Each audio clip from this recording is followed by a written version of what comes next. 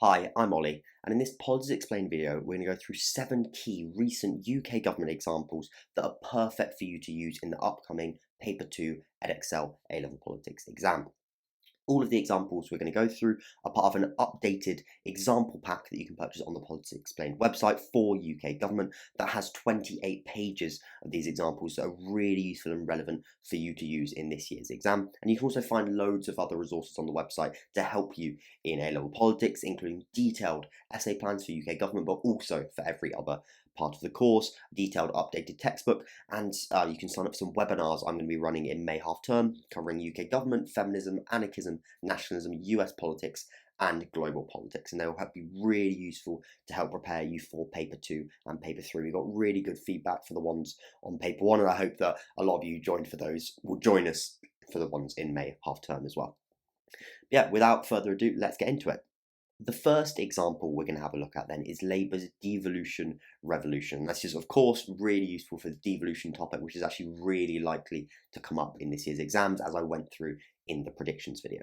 So, in December, Labour released its devolution white paper, which crucially announced greater powers to English regional mayors. And that's not as extensive powers as those afforded to Scotland, Wales and Northern Ireland. Crucially, they don't have primary legislative control, so they can't make law, but they're being given greater powers in terms of delivery of policy and key areas of policy, so they can really represent their local areas and try and really govern effectively. And crucially, it commits the government to pushing forward full devolution coverage of England with extended powers. So that's not an English Parliament, it's devolved mayors, combined authorities.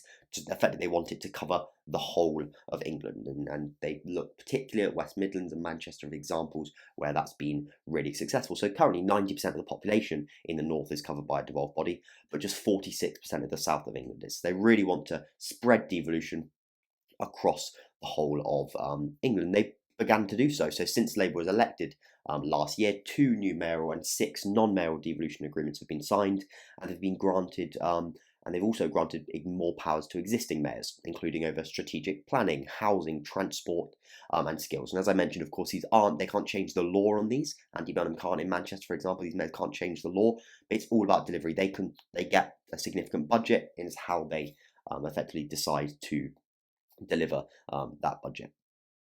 And also, mayors in Greater Manchester, West Midlands, South Yorkshire and Liverpool will also receive multi-year integrated funding settlements, allowing them greater autonomy over how they implement plans in line with local preferences. So that's really more control over money and delivery.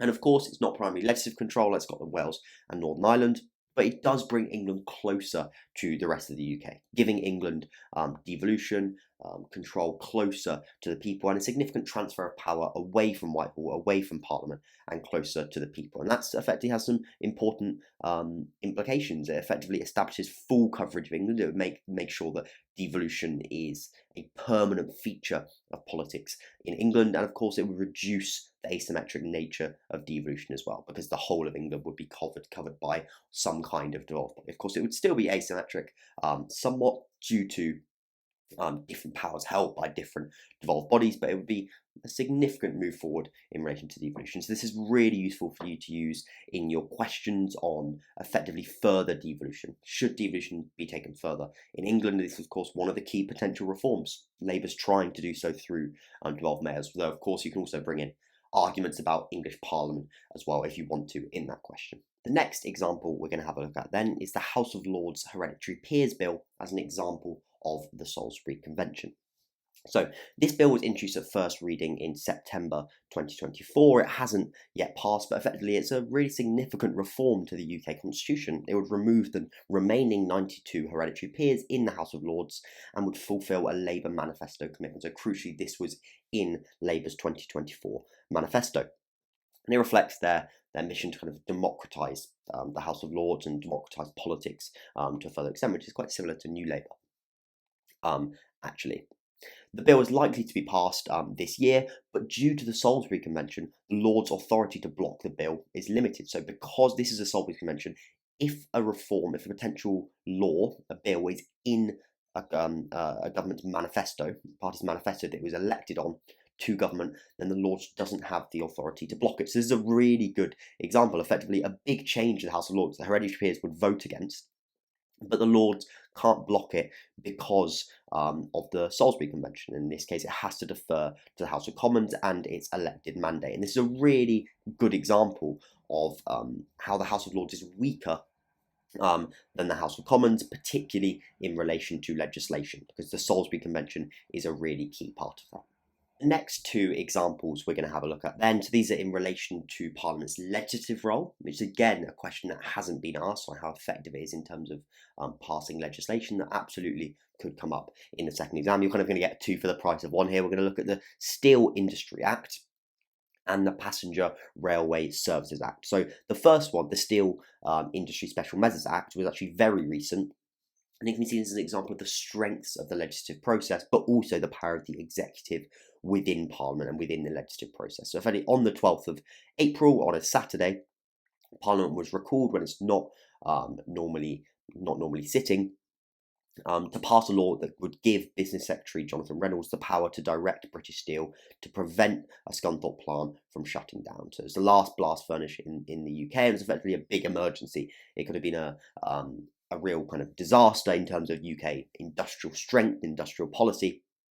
And a real strength of Parliament was demonstrated because Parliament reconvened on a Saturday when it doesn't normally, and it passed the bill passed the Act in just 6.5 hours, and it received royal assent the same day. So this is a really good example of how the legislative process can be quick to adapt and pass emergency legislation in times of crisis, which is one of its real key strengths.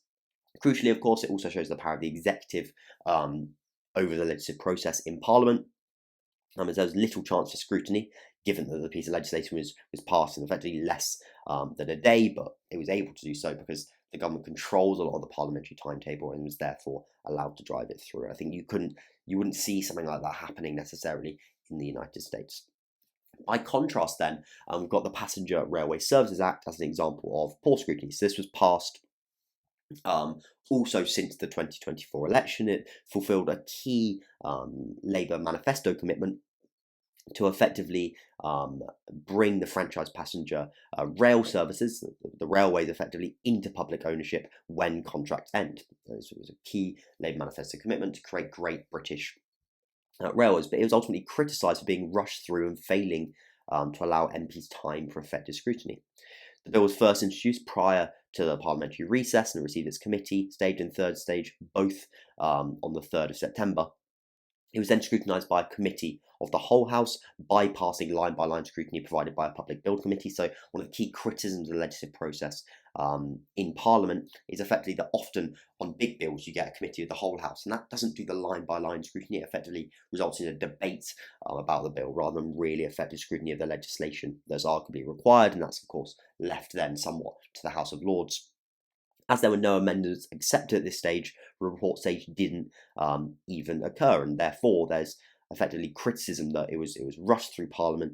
There was limited scrutiny, no costings, very little evidence in relation to that. So effectively, an example of poor scrutiny from Parliament, and how the fact that the government controls the parliamentary timetable and has a huge majority in the House of Commons, that means that its own MPs are unlikely, and a majority therefore of MPs are unlikely to want to kind of scrutinise or criticise a bill that is the government's bill, results in ineffective scrutiny in Parliament and in the legislative process.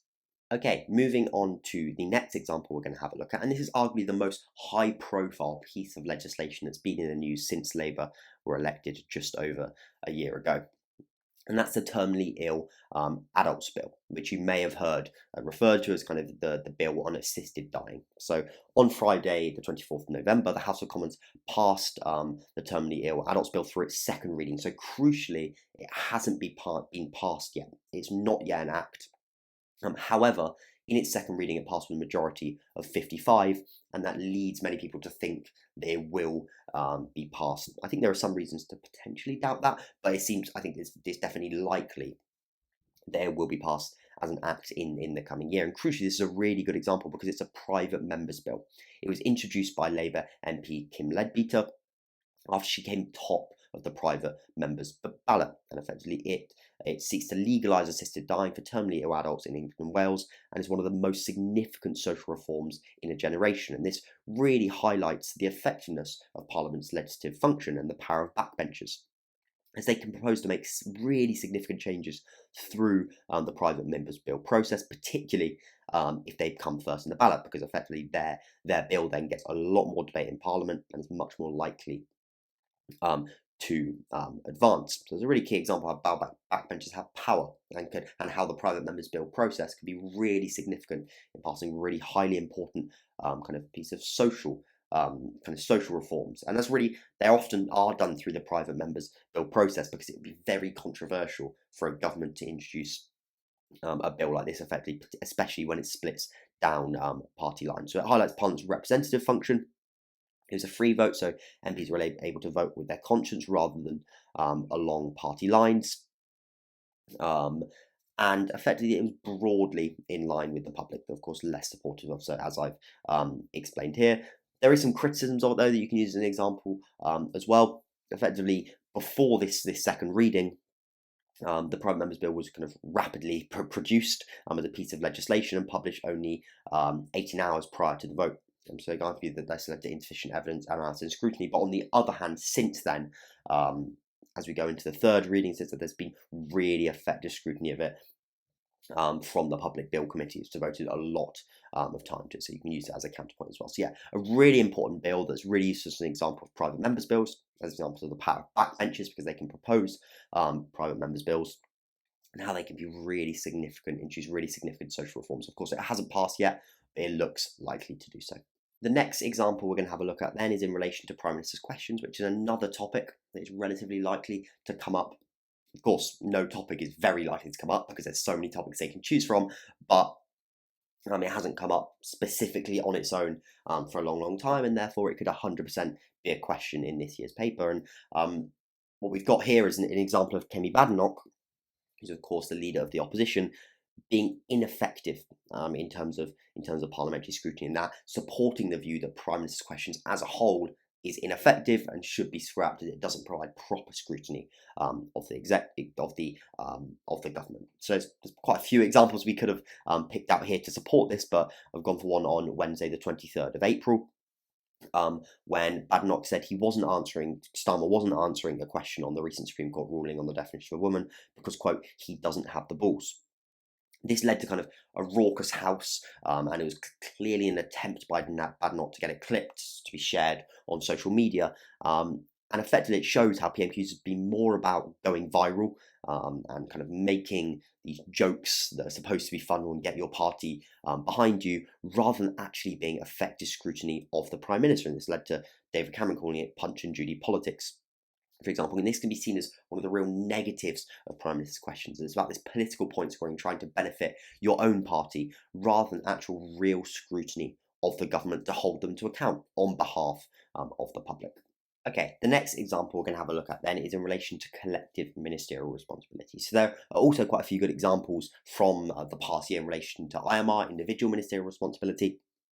And you can go and have a look at those on the updated example pack on the website if you'd like to. But this is a really highly significant one in relation to CMR. And this is effectively in February 2025, Annalise Dodds resigned as International Development Minister following Keir Starmer's announcement that the international aid budget would be cut by almost 50%, from 0.5% of gross national income down to 0.3%.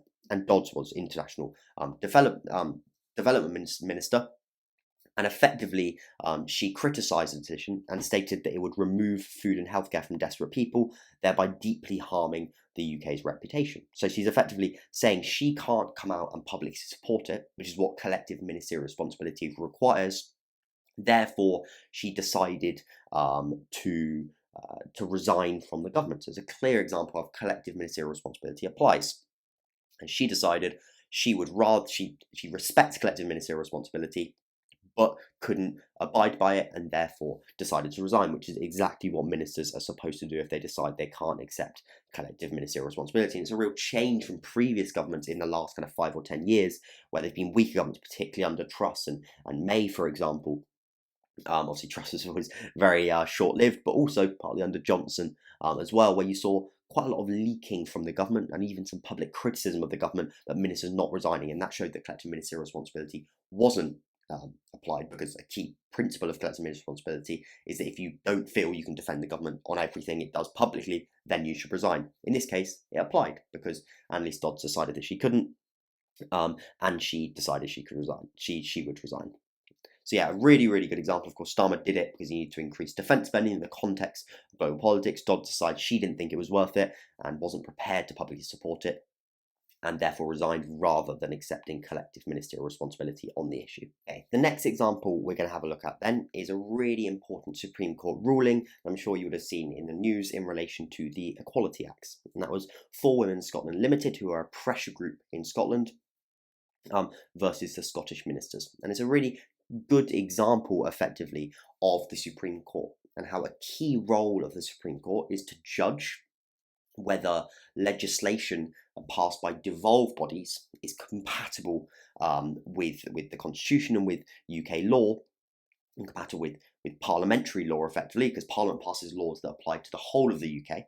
So effectively, if a devolved body passes a law that goes against a law passed by Parliament, the Supreme Court has the Supreme Court has the power to strike that down. Of course, it doesn't have the power to do that in relation to the UK Parliament, but it does in relation to devolved bodies, and this is a really good example of that. So effectively, Pressure Group for Women in Scotland challenged the Scottish Government's implementation of the Gender Representation on Public Boards Act, and they argued that the legislation was unlawful as it changed the meaning of sex outlined in the Equality Act by including transgender people with gender recognition certificates in their definition of sex.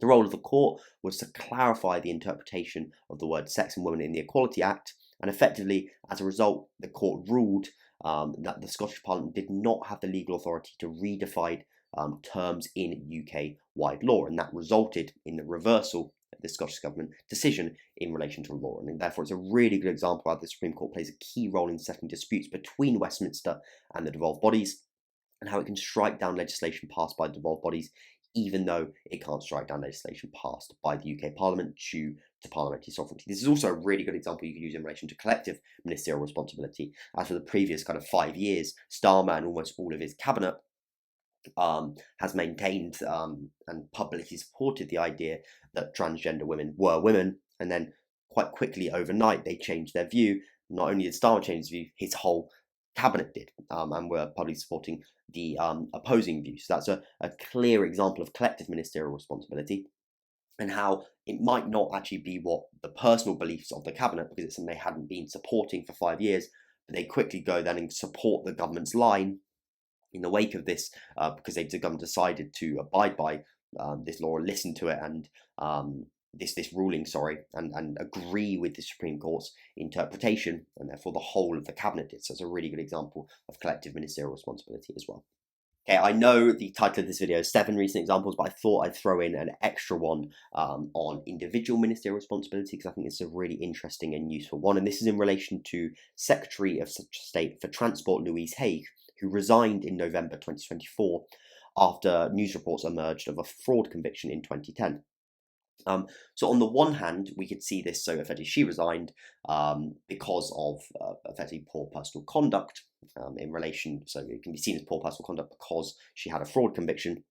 On the one hand, we could see this as an example of the effectiveness of individual ministerial responsibility, because there was this kind of way in which her personal conduct had dropped, that become very telling and aware in the media, and therefore she resigned. But for me, actually, it's a better example of the weaknesses of individual ministerial responsibility, because Starmer actually knew about this conviction in 2020 when she was appointed to the shadow cabinet. He knew about this conviction in 2024 when he appointed her to the cabinet after they won the 2024 general election. However, he's only decided to accept her resignation, and of course there's often pressure from the Prime Minister for ministers to resign in cases like this, because it became prominent in the media. And this shows actually how often individual ministerial responsibility is weak, because it's not about upholding these standards of public office in relation to personal conduct. It's actually often simply in terms of listening to the media and protecting the government's image if it's getting criticised in the media, and it cares far more, that drives decisions about resignations, not actually decisions about personal conduct and whether a minister's upheld individual ministerial responsibility. So yeah, Hopefully those examples were really useful. Make sure to understand them well and use them in your second exam on the 5th of June. Of course, as I mentioned, you would have seen throughout the video, we've got loads more examples in this document, which are really useful to help prepare you for that second exam. And you can purchase this document on the Politics Explained website. But you can also find loads of other resources to help you in your Politics A level. In particular, I'm running a live webinar on UK government at the start of May half term. But of course, if you missed that, you can also purchase the recording afterwards before that second exam. So yeah, let me know if you've got any questions or comments in the comment section below, and I'll see you in the next video.